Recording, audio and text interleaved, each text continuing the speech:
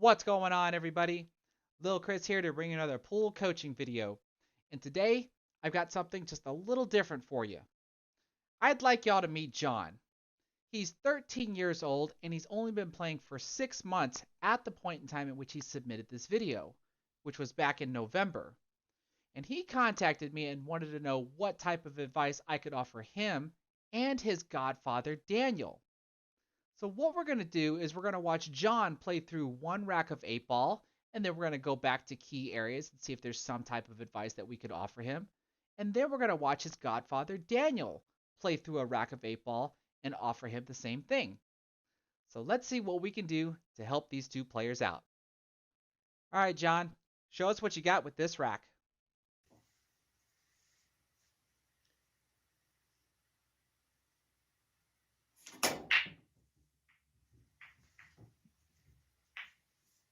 Okay, good controlled break. Player one broke dry.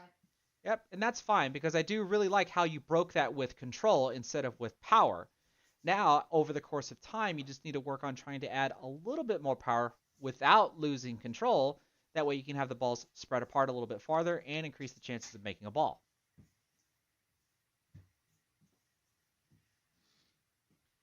So what's your opening shot going to be as player 2? Because I really like right now that you're studying the entire table before you attempt a first shot. Because it does look like you can just immediately start with maybe the 7 ball or the 12 ball, but you're at least looking around first.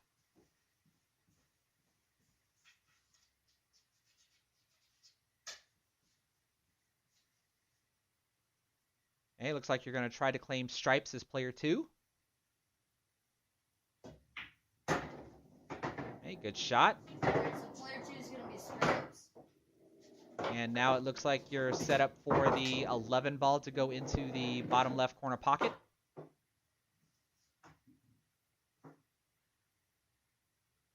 Looks like you're planning ahead for the 9 ball next, so I like that.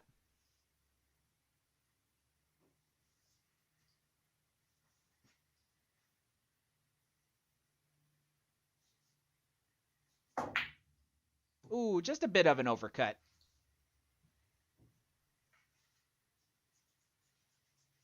Okay, so back over to solids. Player one is solids.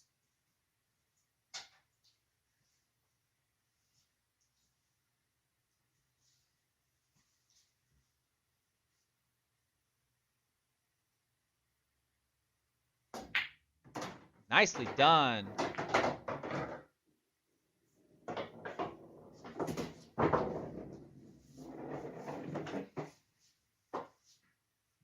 Hey, does that 1 ball pass by the 14 ball? I'm guessing it does.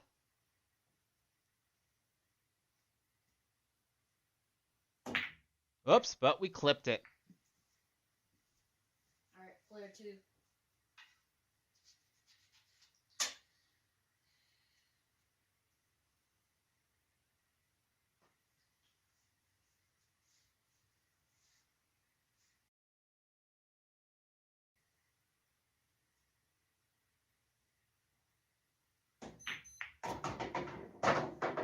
Good shot. I like how you pause after your final stroke there and then get up when the shot's over.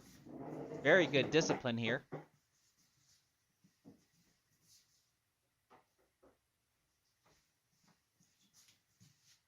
And then one of the disadvantages of only being 13, you're not tall enough to be able to reach the shot yet. So let's see what you do here with the bridge.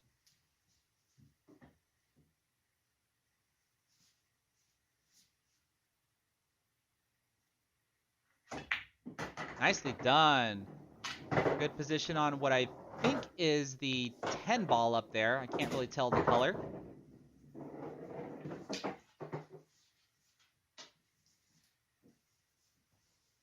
Or maybe the ball that's next to you is the 10 ball. I can't really tell. Okay, good shot. The ball comes out towards the middle of the table. You have a shot at the 13 or this other stripe on the left rail.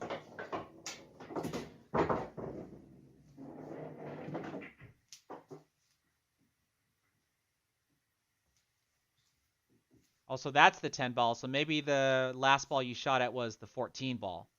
But now it looks like you're going to go for the 13.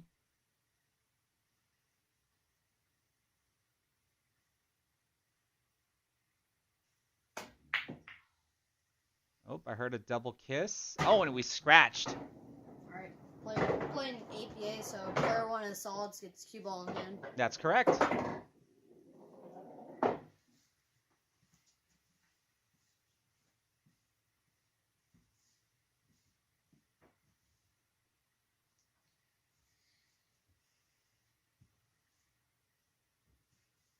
What are you going to do with ball in hand?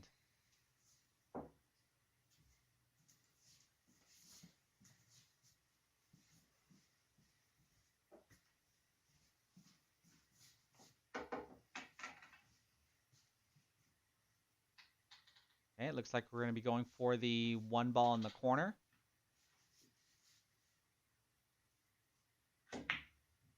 Oh, but we overcut the ball. We had position for the 7, though. And with stripes, it looks like your only shot is either the 13 or the 15, but I can't tell what you can do with them. So I'm guessing the 13 does go by the 4 ball since you're sizing it up like that.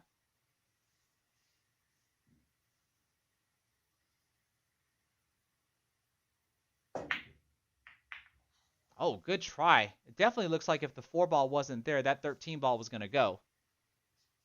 Player 1's turn.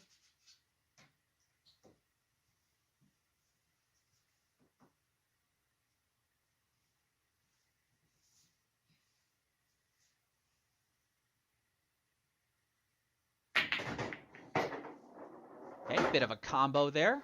Got lucky on that one.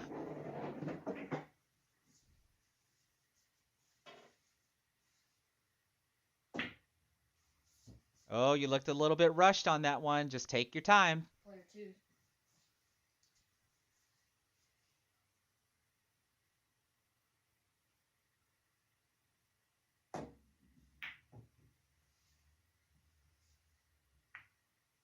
Okay, back over to solids.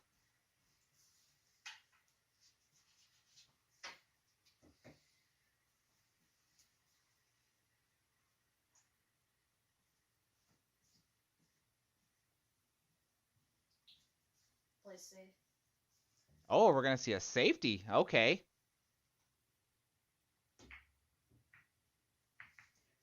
And that was a really good safety. Can you see that stripe or do you have to kick at it?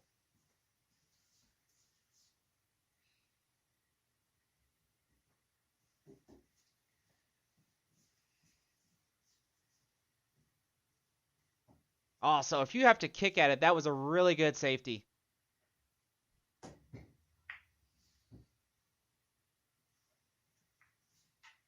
Player 1 gets cue ball in hand. Yep, good job on that safety. What are you going to do with cue ball in hand again? Okay, take out this 4 ball. I like this.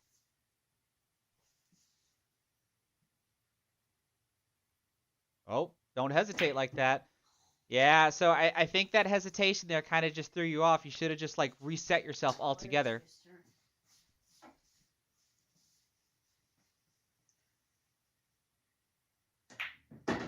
Take out that stripe. So now you're done with this half of the table. You can try to focus on the other half of the table.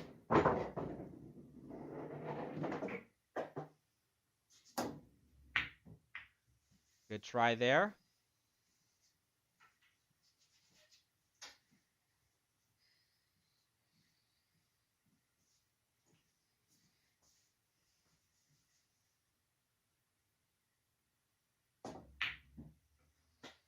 Bit of an undercut. Misses are never a big deal when you're learning how to play this game. You're going to miss shots. So long as you know why you're missing the shots, so that way you can correct them is the most important thing. So don't be discouraged on any of the misses. Just make sure that you try to learn why you're actually missing.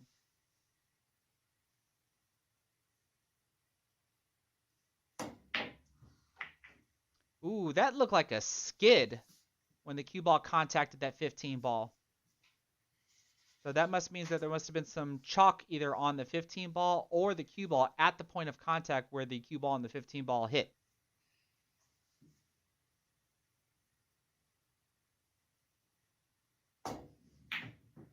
Oh, good cut shot on the 5.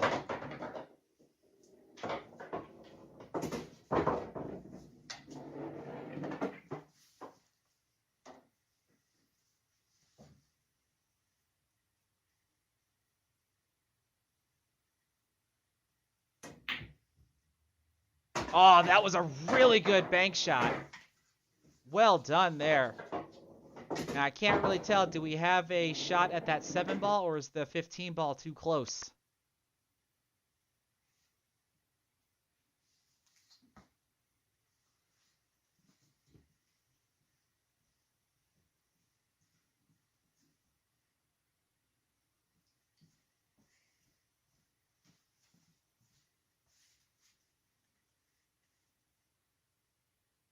Is this a combo, or maybe that was another safety? Okay, nonetheless, back to stripes.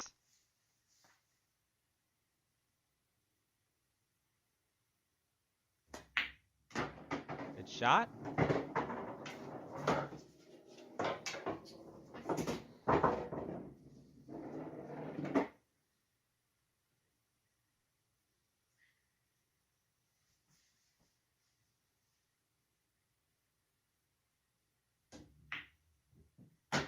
Another good shot. And does the 8 pass by the 7? Because that's good position. I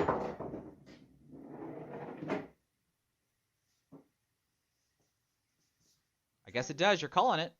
The corner.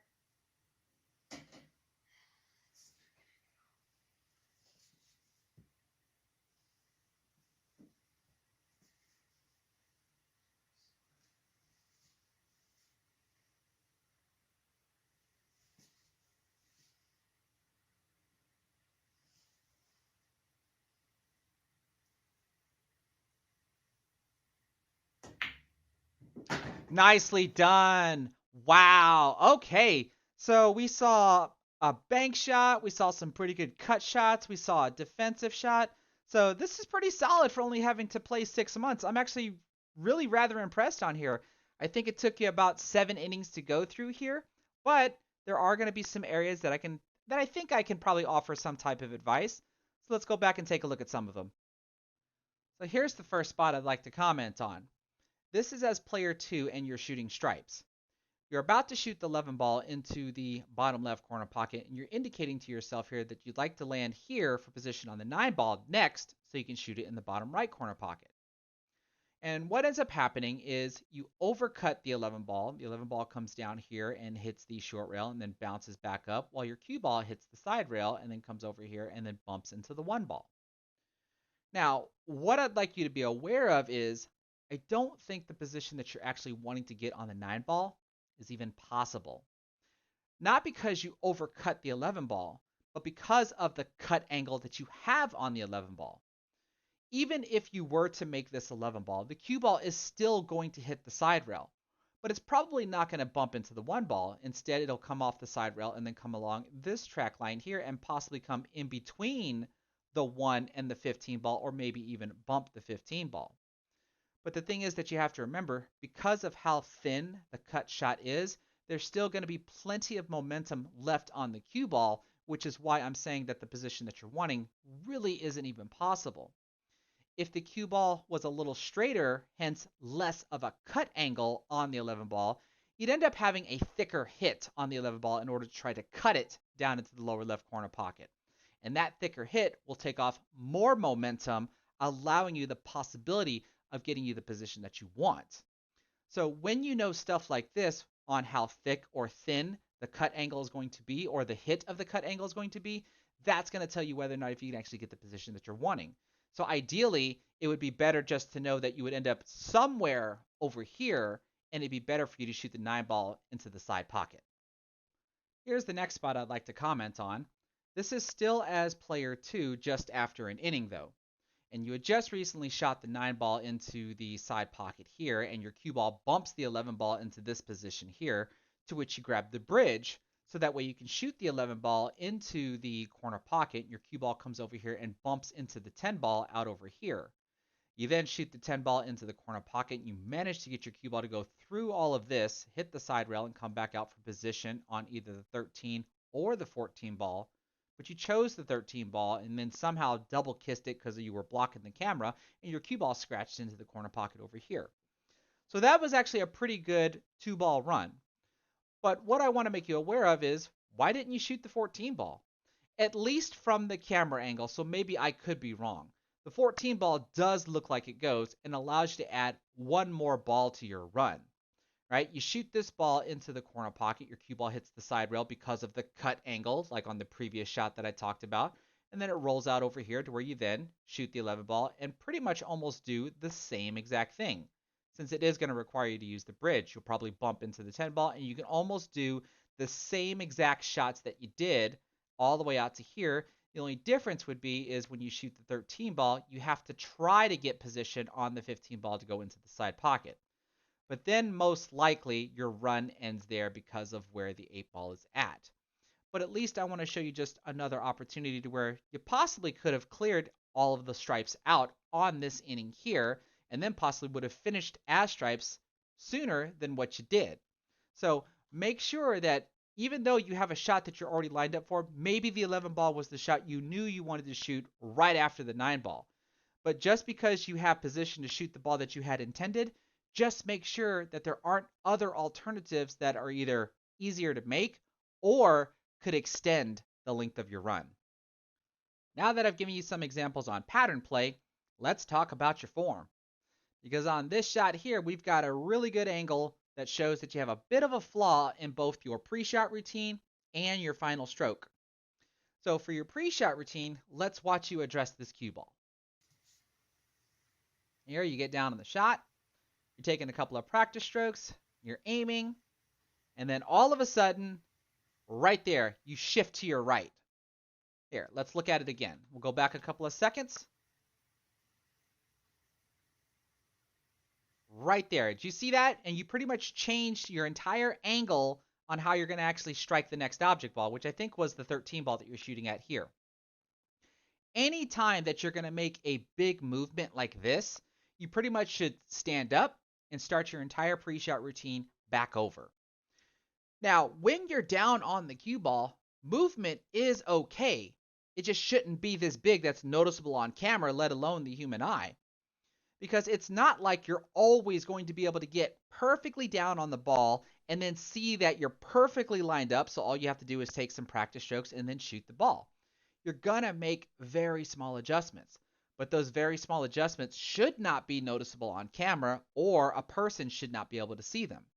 So all I'm really suggesting is if you feel that you actually have to sidestep left or right, or start to shift your weight from one leg to the other in order to change the angle of your hit, stand up, start completely back over. Now, with regards to your final stroke, watch how you actually hit this ball, because watch your grip hand.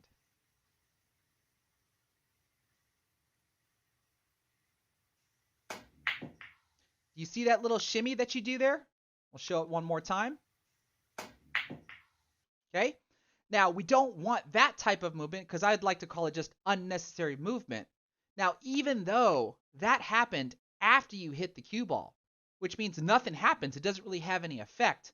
But the fact that you do it, and you do it after you hit the cue ball, makes me believe that you could certainly do it while hitting the cue ball, let alone before you hit the cue ball. And those two moments, you don't want to have any unnecessary movement at all because they do have an effect on your shot. Like if you shimmy like that while hitting the cue ball, you're probably going to miscue because your tip is just going to slide right off the cue ball. And then if you move like that before you hit the cue ball, then chances are you're going to accidentally put some amount of spin on the cue ball. That could be side spin, top spin, or bottom spin. Just all really depends on how your hand moves when you're actually hitting the cue ball. So one way to try to fix this is imagine if you're trying to shoot through the opening of a bottle. You can actually take a bottle to practice this to kind of fix what I'm talking about. Because ideally, you want to be able to have your cue go through the opening of the bottle without hitting the rim of the bottle. Or when you actually make it through the bottle, you don't want to shimmy because you're going to cause the bottle to move. You just want to actually make it straight through the bottle without touching it at all, which means your stroke is perfectly straight. And with a perfectly straight stroke, then you know that you're actually delivering the cue ball exactly where you want to go. Now for this shot, you have ball in hand as player one with solids. And with ball in hand, you place the cue ball in a position that requires you to grab the bridge. So I have to ask you, why do that? When you can put the cue ball anywhere that you want, that's within your reach. which is certainly what I'm suggesting. It doesn't matter to me that you're shooting the 1 ball. You can shoot the 4 ball. It looks like you can shoot the 3 ball into the same corner that you're going to shoot the 1, the 7, or the 6. It really doesn't matter what ball you choose as long as you're able to reach the cue ball and you don't have to use the bridge. Now, I'm not saying that's always the case. I'm sure there's probably very rare occasions to where you are going to have to put the cue ball in an uncomfortable position, like where you have to maybe bridge over a ball. You might have to shoot with your opposite hand, or you might even have to shoot with the bridge. But this table is wide open for solids. So therefore, you should have taken cue ball in hand, put the cue ball more towards the middle of the table, and shoot the 1 ball if the 1 ball is the ball that you want to shoot. You can put it next to the 4 ball and shoot the 4 ball here into the lower right corner pocket. You can go up table and shoot the 7 ball into the top left corner pocket. It really doesn't matter, just so long as you're able to reach the cue ball.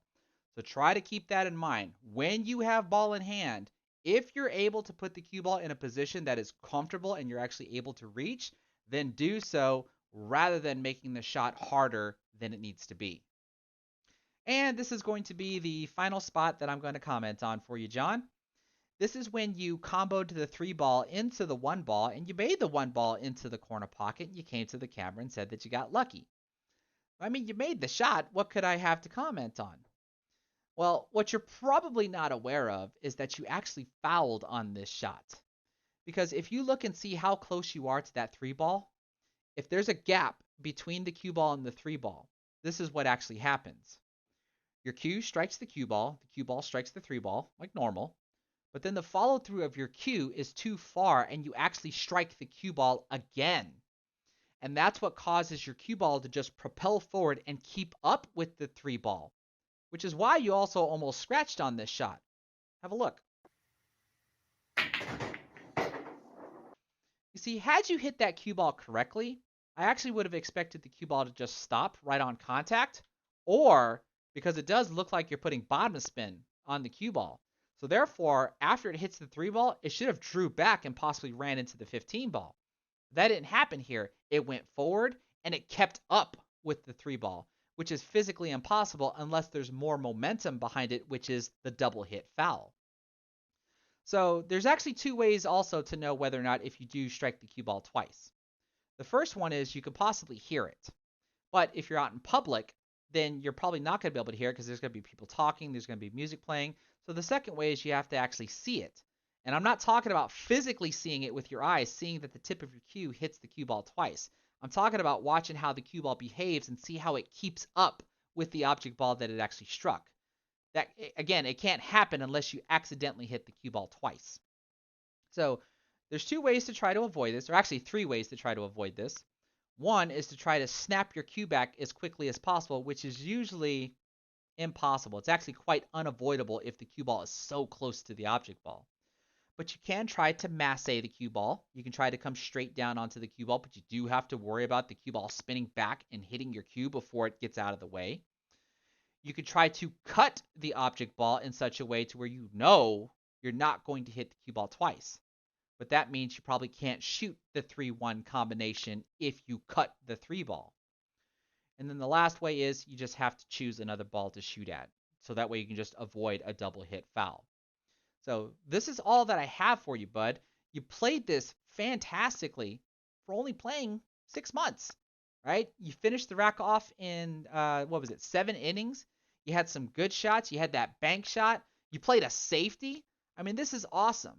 So what I want you to do is take this information that I've given you here and apply it. Look at those pattern plays. Try to fix that stroke. When you have shots like this, try to do something else in order to avoid a double hit foul, because I don't want to just overload you with information and give you like tons and tons of things to work on. I just want you to have bits and pieces, work on these bits and pieces, and then maybe later on in the future, I'll give you a little bit more to work on, and then we slowly progress. But right now, if you keep up doing what you're doing, I'm really looking forward to see what you do next. But right now, I'm actually looking forward to see what your Godfather can do. So let's check out his rack. So this is John's Godfather, Daniel, and I believe he plays as an APA skill level 5. So let's see what he can do with his rack. So does that mean it's solids? Alright, player 1's going to be solids for this game. Yep, we saw the 5 ball fall on the break with the second ball break, And we can see that the 8 ball is all the way down here at this end of the table. Now, this is what's going to be interesting because John's going to be moving around with the camera pretty much on almost every shot. So this should be pretty interesting to follow.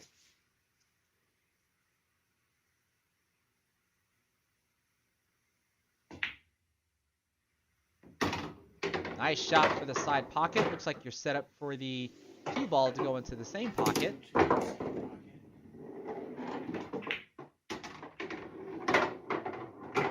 Oh, but we scratched. A little too much follow.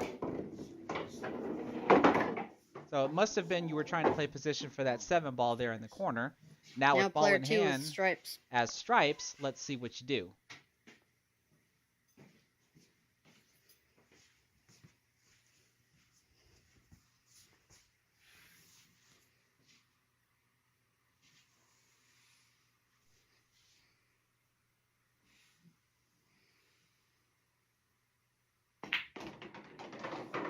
Okay, 15 ball into the side pocket.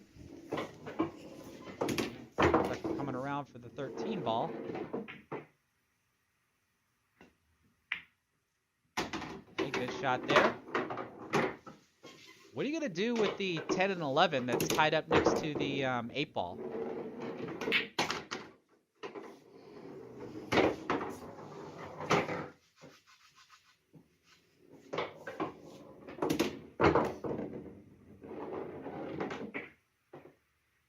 I believe this might be the 12 ball that you might be shooting at. Coming around the 9, but it looks like you hit it too hard.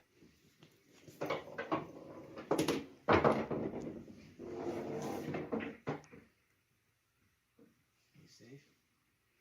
Okay, we got a safety here.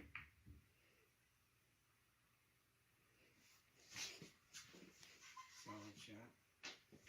Yeah, it looks like Solids has a 1-7 combination. Player 1's turn.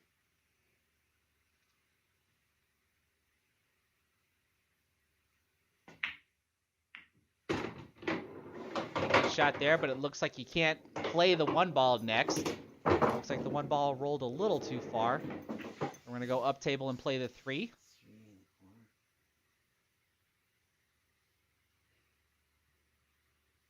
the corner. Oh, nice shot.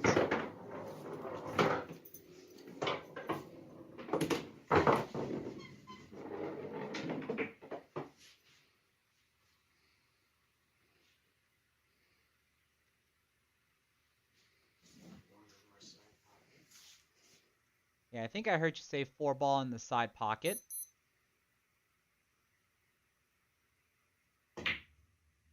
Oh, but you overcut the shot. That actually would have been really good because you got position on the 1 ball. You probably would have been able to get position for the Player 8. 2 with stripes.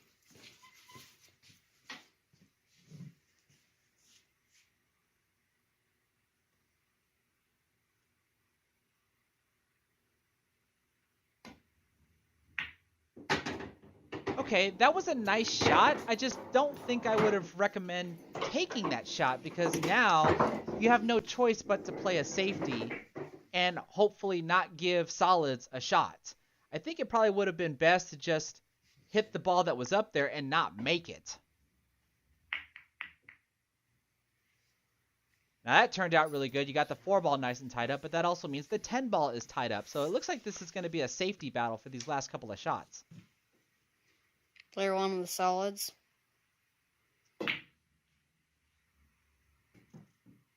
Okay, good shot. That doesn't really help Solids, though, because now Stripes has the advantage when there's more balls, because now you can play better safeties with Stripes. Okay, nice shot there. Player 2 with stripes. Even if you get ball in hand with Solids, though, where are you going to hide from the Stripes? It's going to be ball in hand. Yeah, so we didn't hit a No rail rails afterwards, were so set. you have ball in hand, but what kind of safety could you play with Player 1 with solids. Solids? Keep ball in hand. We'll play safe on the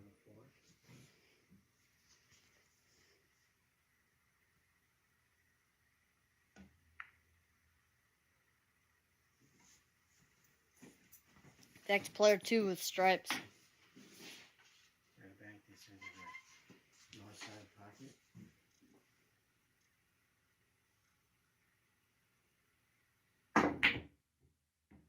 Oh, good attempt at the bank.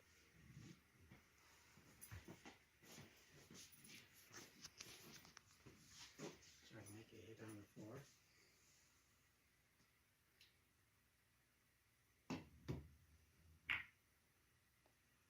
And Player 2 with stripes. I couldn't tell if you hit the rail first and then the 4-ball. That looked pretty darn close.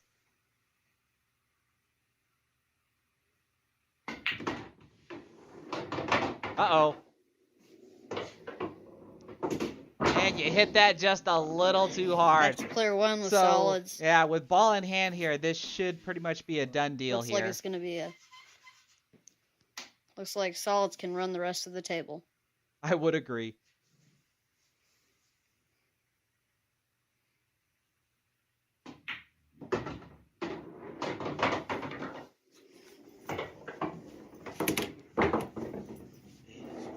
Northwest pocket.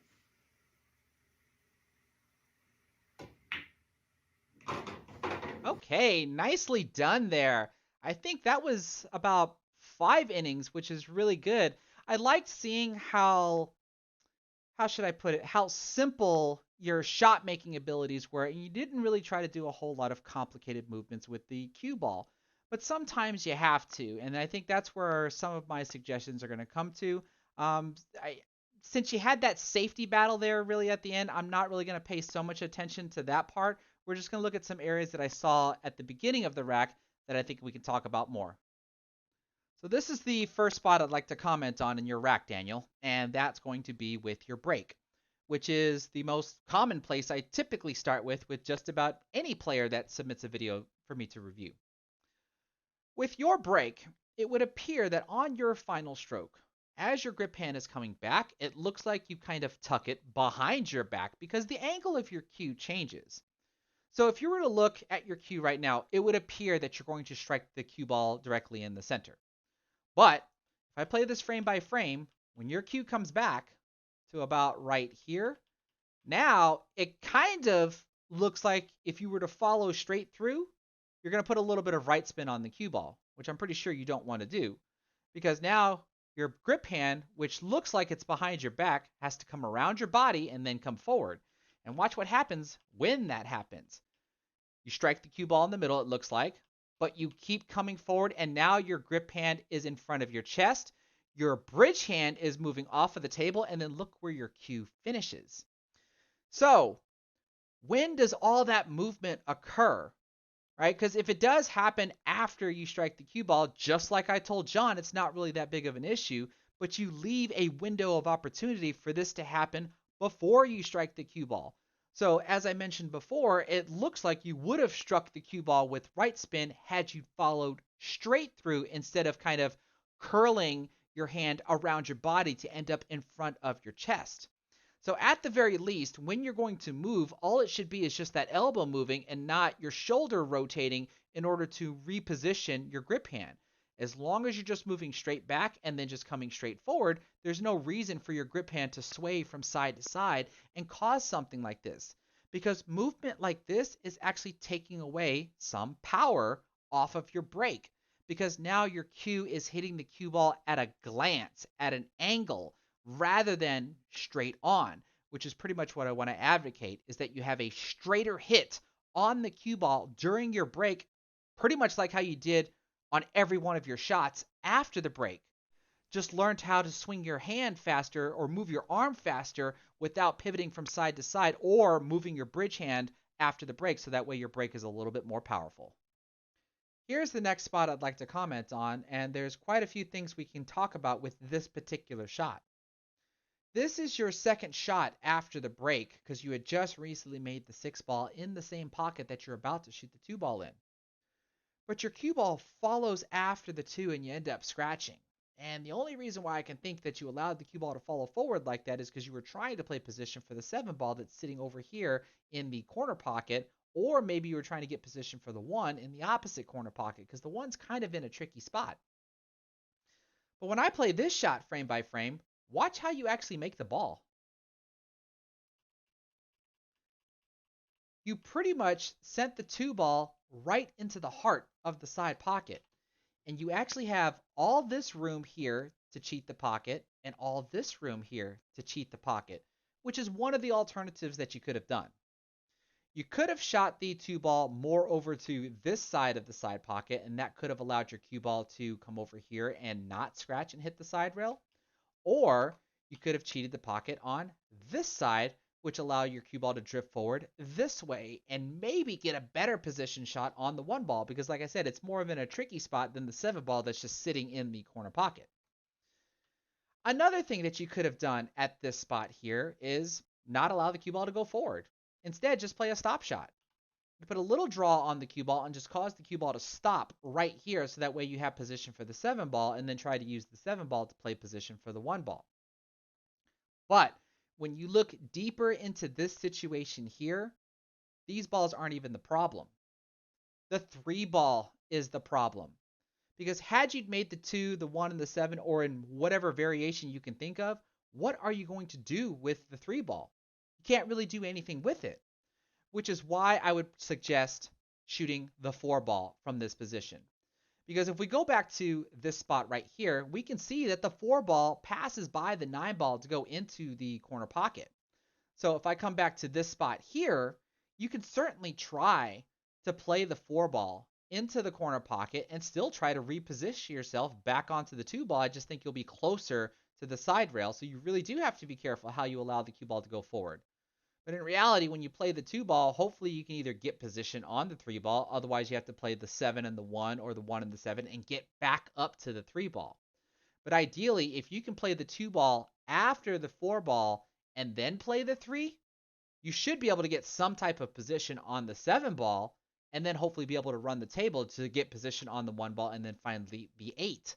Because then you would have broken and ran the table as solids, which would have been fantastic. So ideally, make sure that you're fully aware of what you're going to do with all of the balls on the table if you actually know that you're going to actually try to break and run the table.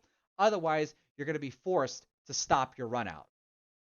And this is probably going to be my final comment for the rack, as this will be another long-winded comment just like the previous one. This is just after scratching on that 2 ball. And now with cue ball in hand, you start by shooting the 15 ball here into the side pocket. You stop the cue ball here to play the 13 into the opposite side pocket.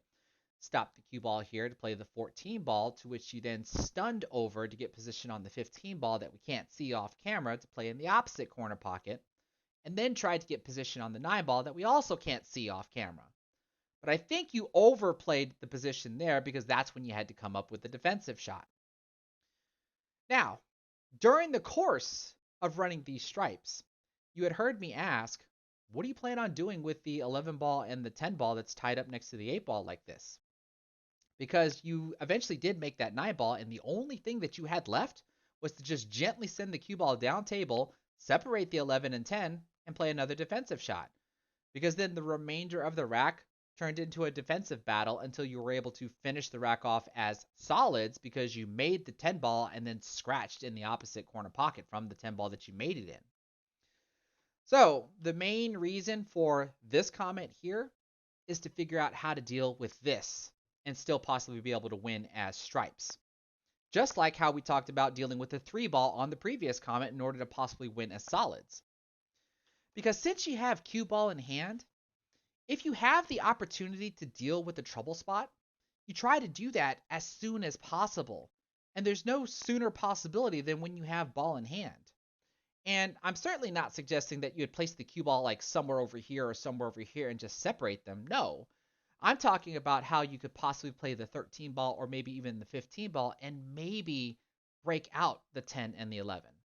So for example, instead of placing the cue ball here, you could have possibly placed the cue ball like maybe somewhere over here and give yourself some sort of a cut angle on the 15 ball to go into the side pocket and try to get the cue ball to come something like this to break out the 10 and 11. That way your 13, 14, and even your 15 ball serve as backup shots just in case something goes wrong here. Or maybe you don't need this much of a cut angle. Maybe you just put the cue ball here and go 1 rail like this, to do the same thing. Another possibility is to try it with the 13 ball. You can pretty much do the same thing, place the cue ball here, cut the 13 ball into the side pocket, and try to get the cue ball to do something like this. But maybe something like this is risky, right? Because the 8 ball is right here, and you don't want to risk knocking the 8 ball here into this corner pocket. Or maybe both of these shots here are a little outside of your skill set, and you're not really comfortable trying to do that. So what about if we go look at this spot here? Okay, so when you're still thinking about stripes, you still have this 9 ball to deal with because, like I said, you played a defensive shot when you tried to play the 15 ball and get position on the 9 ball. So what about if you did this with your ball in hand? Place the cue ball right here and shoot the 14 ball into the 7 ball, knocking it in, and then hopefully getting the 14 ball to hit the rail and come right here and stop, while the cue ball stops right here. Now it's your turn as solids, and what can you do? You can't see the 1 ball because that's blocked by the 13 ball, and you can't see the 4 ball because it's blocked by the 9 ball. The only ball that you can see is the 5 ball, and it can't go past the 4 ball.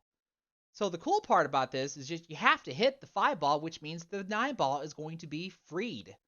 And since you now have the 14 ball down here, maybe it's a little bit more easier to shoot the 14 ball in and then break out the 10 and 11. So this pretty much goes into a strategy play.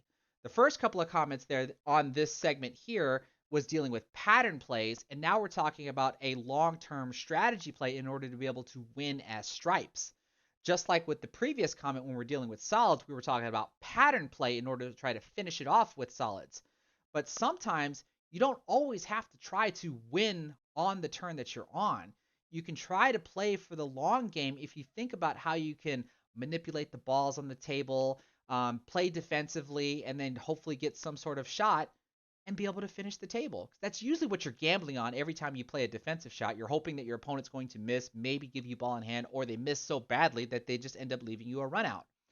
But this would be almost like playing chess. We're just moving the balls around, and then we're forcing our opponent to do us a favor by getting this ball out of the way, and therefore maybe we're able to run the table. The main point that I want to stress here is don't always try to run the table and then just arbitrarily play a defensive shot because that's all that you have left. If you knew that you weren't going to be able to finish the table, then you should have played a defensive shot earlier rather than clearing all of the balls off of the table for your opponent to have no obstacles, which pretty much puts you at risk at losing the rack. So John and Daniel, this is what I have for you after watching through your racks of 8 ball. John, you were able to finish your rack off in 7 innings, and Daniel, you were able to finish yours off in 5. And the only reason why you had 5 innings, Daniel, was because of that safety battle that you had at the end of your rack. Had your rack had less trouble spots, I'm more than certain you would have finished the rack in less innings. Now with John, as I said before, since you're just starting out in this game, I don't want to overload you with information on things that I think you can work on. Instead, I hope what I was able to give you during the course of your rack, you do find helpful because you can work on those things to improve, and then maybe later on in the future I can offer a little bit more advice. Now with Daniel, it's apparent to me that you know how to shoot, and pretty much all of my comments dealt with strategy and pattern plays that hopefully allow you to be able to finish racks off in lesser innings. Because for the both of y'all, Daniel, I would have to think you're teaching John how to play. And based on what John showed us, you're doing a fantastic job. So really the only thing I can hope for is that the information that I provided in this video benefits the both of y'all, and both of y'all are able to continue to improve your game. So viewers, what do you think of that assessment? Do you agree or disagree with any of my points? And if you guys or gals see anything else that you'd like to offer either Daniel or John or both of them, then feel free to leave a comment in the comment section below with the timestamp of whatever shot that they're on and the advice that you'd like to give. And if you liked what you saw, then please give this video a thumbs up. Don't forget to subscribe and continue to help me to reach my next milestone of 75,000 subscribers. Take care, everybody.